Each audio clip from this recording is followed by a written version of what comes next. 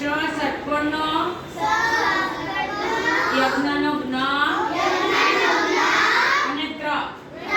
અને બીજો એક અક્ષર ઉમેરી દે આને શું કહેવાય ક્ષ આ શીખવાનો છે જો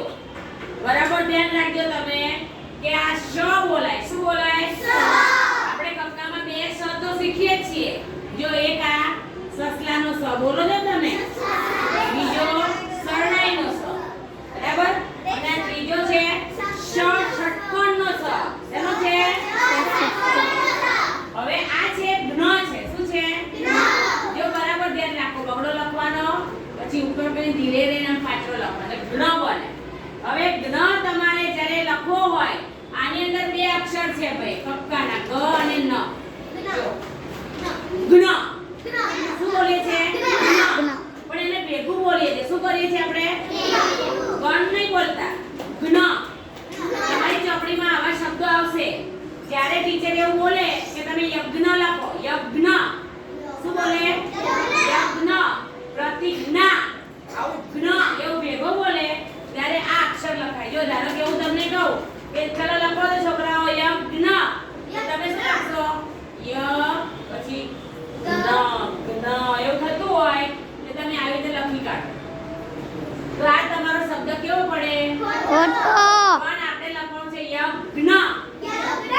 જ્ઞ મગજમાં યાદ કરી દેવાનો એટલે આ આવવો જોઈએ યજ્ઞ હવે હું લખાવું પ્રતિજ્ઞા જ્ઞા બોલું છું સાંભળો તો તમે શું લખશો પ્રતિજ્ઞા ટીચર તો આવું બોલે છે પ્રતિજ્ઞા તમે એકલા એકલા બોલશો પ્રતિજ્ઞા પ્રતિજ્ઞા એટલે પ્રતિજ્ઞા તમને એમ થાય કે તમે સાચું લખી લીધું પણ આ શબ્દ કેવો પડશે ખોટો કારણ કે ટીચર જ્ઞા ગ અને ન ને કાનો ના બધું ભેગું બોલે છે તો તમારે એવું કશું લખવાનું પ્રતિજ્ઞા બરાબર સમજણ પડે છે બોલો એમાં પછી ત્ર ત્ર ત્ર ત્ર એટલે ક અને અ જો ભેગું આવે છે ત્ર ર પણ આવે ને જો ત્ર ત અને ર અ બધું ભેગું આવે છે ને હું લખો પત્ર તમે શું લખશો પ ત ર અ પત્ર પ ત ર અ આ ત્રણની અંદર આ બધું આવે તો આટલું બધું આપણે ના લખવું પડે એટલે આપણે એકલો ત્ર લખવાનો ત્ર શું લખવાનો હું તમને લખાવું છું લખો પત્ર તો તમારે શું લખવાનું પત્ર પછી હું લખાવું ચિત્ર ઘણા છોકરા શું લખે ચિત્ર અ તો આટલું બધું લાંબુ શું કામ લખવું પડે ભાઈ ચિત્ર ત્ર ટીચર બોલે સીધું તમારે લખી દેવાનું ચિત્ર પત્ર બરાબર પછી ક્ષ ક્ષ શું છે આ અંદર ક બોલાય છે જો ક્ષ ક્ષ ક્ષ યાદ રાખો ક્ષત્રિયનો ક્ષ બરાબર તો જ્યારે ક્ષ લખાવ શિક્ષક તો જ્યારે ટીચર શિક્ષક બોલે ક્ષ તમને પડે ક્ષ ત્યારે યાદ રાખવાનું આ જ લખવાનું અક્ષર લખાવે અક્ષર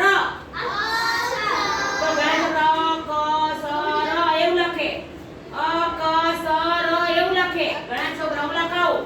અક્ષર તો ક સ ર આવું લખી કાઢે તો આ બધું ક્ષમાં છે આ બધું ક્ષમાં ત્રણ અક્ષર આવેલા છે આ બધું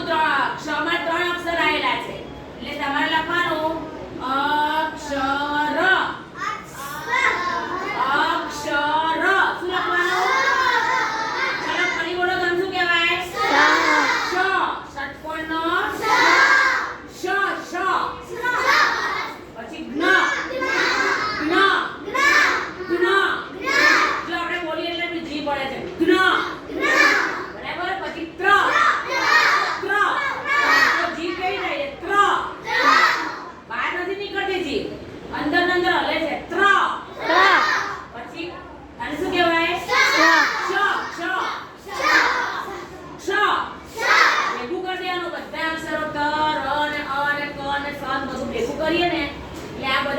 અક્ષર બને. આપણને લખવામાં સરળતા પડે એટલે આવા બધા અક્ષરો લખેલા હોય. સમજે પડી? એટલે આ બધા નવા અક્ષરો છે. તો આવા શબ્દો હું તમને લેખનમાં મોકલાવું છું ને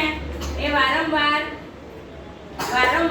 તમારે લખવાના. બરાબર? આવા મોકલાવું છું ને લેસનમાં શબ્દો.